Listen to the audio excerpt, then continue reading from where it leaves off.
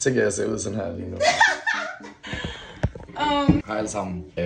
Jeg har gjort andet end at gøre rent i dag, så det er derfor, jeg ligner en kreator derhjemme. Men vi skal ud og spise sammen med nogle andre venner i dag. Prøv at åbne dine øjne lidt mere. Jeg skulle da åbne. Vi skal ud og spise sammen med nogle venner, og hun ser rigtig sommer ud. Forstår jeg mener, så hun hygger sig, hun har haft en dejlig dag udenfor mig og kun derhjemme. Så jeg er sådan, jeg vil også gerne se sådan der ud. Så jeg mener, the vibes. Så we're gonna style me to match this vibe.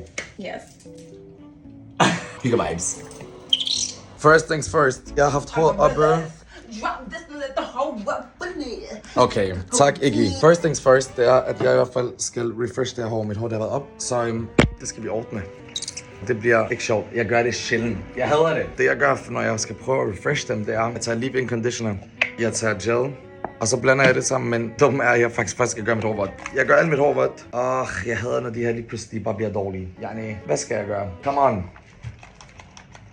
Altså, hvad fanden?